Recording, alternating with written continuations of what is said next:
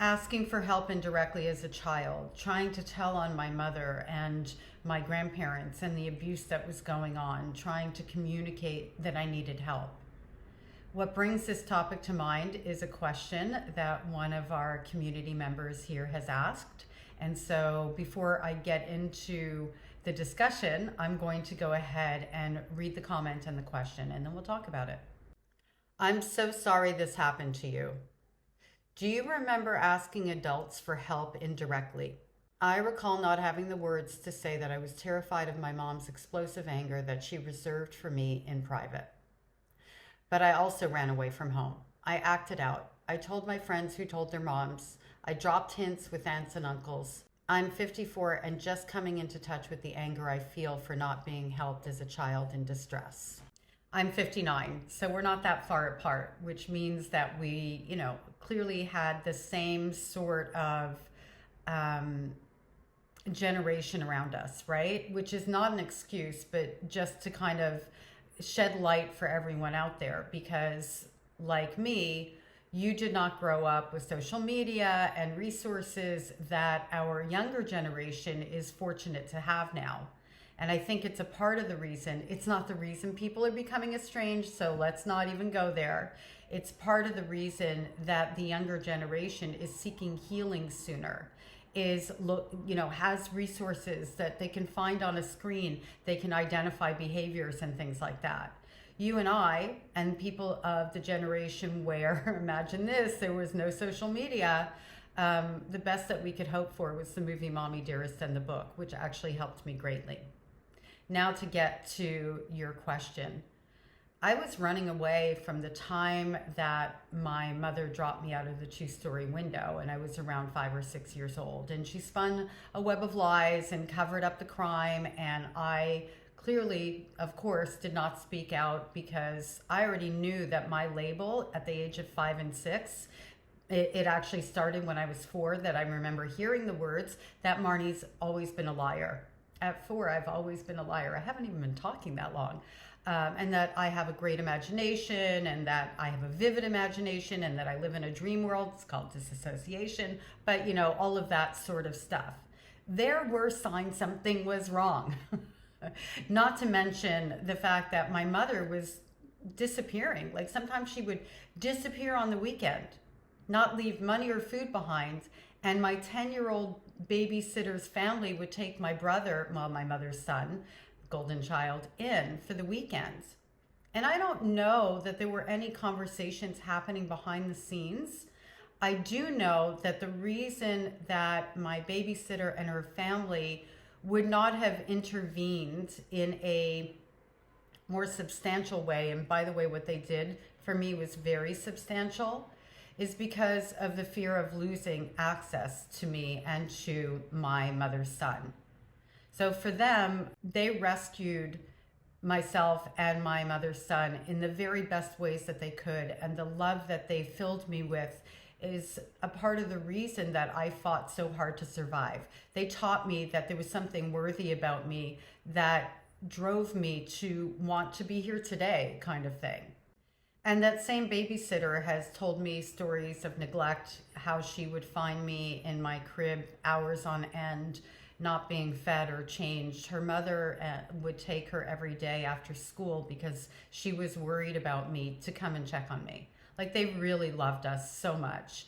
Anyway, that doesn't address the question. I'm just saying that there were people that knew, and that my relatives, my mother's sisters, her parents, the cousins that were more distant, everybody knew that my mother was off her head and not okay and lacked a conscience. They all knew it. They had been watching her develop into this monster for years. And by the way, she was now, by the time I came along, she was married twice, divorced twice by 1968, which is not a common thing back then. So it wasn't like they could just hide her, that she wasn't the problem. She would take off, and I lived with my grandparents for almost 5 years, I would say, who were also abusive. My mother's parents, I mean, it's no big shock there.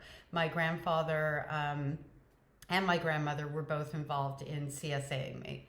So there were a lot of moving pieces in there. And what's weird to me is I look back and I still felt so loved in my grandparents' house back when I was younger. Now I don't feel that way at all. And I just had to look up because, well, I'm going to show you what I just saw. So this is the view from my balcony, and it just distracted me because they're not usually this close to where I am. Okay, by the way, I did that the other day. Yep, I went paragliding the other day. Anywho, let's get back to the topic at hand. So I didn't try to tell on my grandparents at all because I didn't know there was anything to tell, and I didn't know what was being done to me wasn't normal and that everybody wasn't having that experience. And it took me years and years and years and years to figure out all the dynamics behind it, and I didn't even realize my grandmother's part to play in it. She was present the whole time until like 3 years ago, because I hadn't gotten around to processing that part of the events of the CSA. So when we talk about, having the language to tell, it's also having the knowledge that there's something to tell on. And I don't know if I would have had any way to articulate what was happening. So I just kept running. And at 11 years old, I was known by the police as a runner. And they would ask me, why are you running away? After telling me how much my mother was worried about me and how much she loved me. So they aligned with my abuser, and then they asked me why I was running, which is so common. It's so common for people to do that because instinctually, we believe that mothers love their children. Instinctually, well, not even instinctually, from society standards, mothers don't abuse their children. Can we talk about the family vloggers out there? Abusing their children in plain sight, and people still don't want to believe it. So when we talk about telling, is it any wonder that we don't? We don't because we can't. And as you pointed to as well, not having the words, not having the vocabulary. So I would try to tell from time to time, especially when I went to boarding school. And I would say my mother was mean. And not one person asked me what that meant. Not one. Not one person was curious what people said to me in return. And like, these weren't random people. These were people that I felt safe around, that I would say this to. I had to feel really safe, and that my mother maybe couldn't get to them, because that's a whole nother ball of wax. And they would say, oh, but your mother loves you. That's why, but she's your mother is the name of this channel. They would say, all mothers are mean. Sometimes they're mean, but they want what's best for you and that sort of thing, and shut it right down and left me nowhere to go except for the streets. Because after boarding school, the summer after boarding school, I ran away and I ended up living on the streets, and I grew myself up off the streets from the age of 13-ish, 13 and a half, until I was 17. Because nobody was curious enough to ask a question. What do you mean your mother's mean? Can you give me an example? Be curious, right? This is why I love your question, because this needs to be talked about more. There are children out there right now who are saying little things, and if you're paying attention and you're listening and not jumping to the conclusion that you know how their parent feels about them because you are seeing the version of their parent that that parent wants you to see. Narcissistic people nurture their likability, and they are extremely good at it. Please remember, the person you see may not be the same person behind closed doors. You're not living that child's experience day in and day out. I know there's a lot of people in my mother's community, even though they've seen all of the things that she's done in the outside world. I mean, she is a felon. Still don't believe me because she's so much fun and so charming. How is a child supposed to tell in the face of that, and doesn't have the vocabulary, and has been made aware by their parent who's abusing them that it's their fault? So if I told, I would also be telling on myself. And what would somebody think, that my mother hates me so much? What's wrong with me, right? So that's the other part of not being able to ask for help. It's all the gaslighting and the brainwashing that is extremely layered and intentional and meant to keep victims in place. And the narcissistic family system backs it up with words like, she's always been a liar. And with regard to like aunts and uncles and those people, my ex-favorite aunt, she's my ex-favorite aunt because she stands with my mother all these years later, and I understand she's a part of the machine. She was complicit. When you do nothing, when you see something and you don't say something and you don't protect that child, you are complicit. And well, kind of drawing back to Donna and her family, my first babysitter, they are not complicit. They did everything that they could within their ability to save my mother's son and I. This is not that. I'm talking about people in the family system who know who the abuser is, who together would be able to have some power because maybe they have some rights even because of being a relative, can do something. They can intervene because that narcissistic abuser isn't going to risk losing the whole system. They need the system to operate. So getting to my aunts, there's one I know she knew.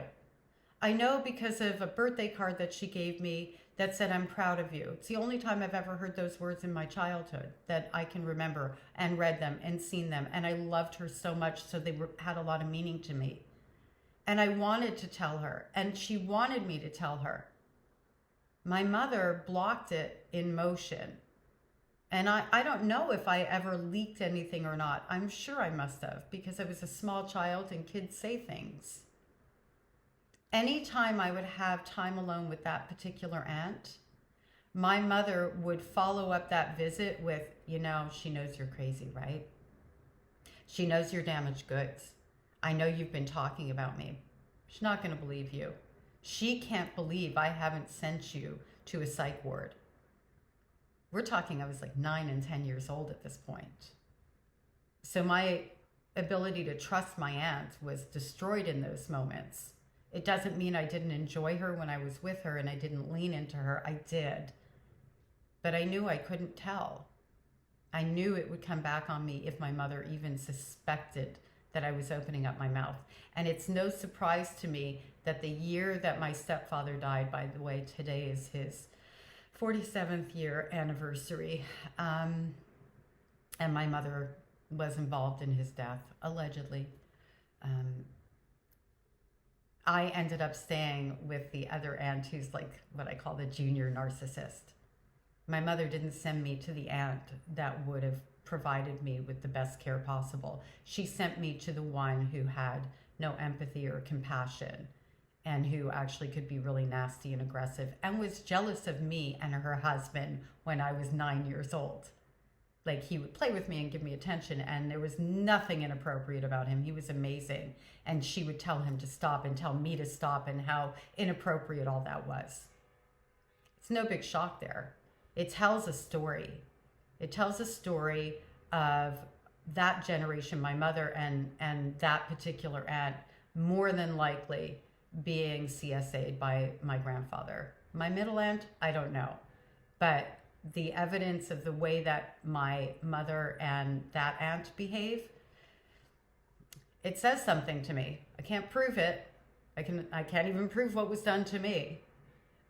That I have memory of what was done to me. I don't have any relationship of what I think was done to them. Also is not an excuse. Knowing what abuse feels like and then perpetrating it against your own child is, to me, the most reprehensible thing that you could ever do. Knowing the pain you felt and wanting your own child to feel more than the pain you felt. Thanks for the question and the comment. In reference to making peace with what cannot be changed, it's about time. It's a time thing. You know, time does actually heal almost all wounds. I can't say all wounds because I have some that are activated here and there. So, you know, and I have memories that come back. Well, actually, the memories don't come back. My lens around the memories has developed over the years. The more I heal, the more clearly I'm able to see things. And what I understand is that a narcissistic family system is a group of very, very sick individuals. They thrive off of the relationships they have with one another.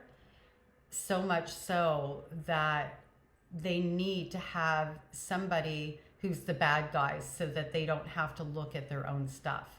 It had nothing to do with you. It had nothing to do with me. It's who these people are. And the evidence for me, I think what really gave me this next layer of healing was recognizing that my mother, like in 2014, was arrested and found guilty of selling fake handbags. And 2 fashion houses sued her and won judgments, one for well over $500,000. And they all know about it. And all these years later, when they don't have to be responsible for rescuing me, but could have a relationship with me and kick the criminal off the island, they're still behind her. There's a weird piece in that for me, because it validates the level of their absolute lack of integrity and just how twisted and sick they are. And it released me from any more mourning about them. I never had them to begin with, and I think that's what it validates for me. And so I can't really miss what I didn't have in terms of who they are as individuals. I can miss not having that family, like the big family or even the small family. I mean, I have my children have me. I don't have them. That's how I put it, because I'm there for my children. That they're not supposed to, well, they can be there for me, but I think you know what I mean, like the way the responsibility and the relationships work and things like that. And having like a sister or somebody in my own generation or a brother in my own generation that I could lean on and have that kind of relationship, or aunts and uncles, you know, people that are adults that could support me. I don't have that. And so that's what I miss. But them as individual people, there is nothing about them that I miss. Now looking and really understanding how they abandoned me right from the very beginning. I hope this video helps, and I hope not just you, well, I hope it helps you, but I also hope that it helps and reaches people who work with children, who are hearing the kind of language where children are trying to tell, and makes you stop and think and not jump to the conclusion that their mother loves them or their father loves them. You don't know that unless you're inside their head and their body, and jump to the conclusion of maybe this child's trying to tell me something instead. And remove your judgment and your filters around what you know about the individual in question or individuals, and be curious and ask questions and give that child space to unfold at a pace that they're comfortable with, without telling until you have permission from that child. Thanks for being here. I appreciate you being a part of my healing journey and allowing me to be a part of yours.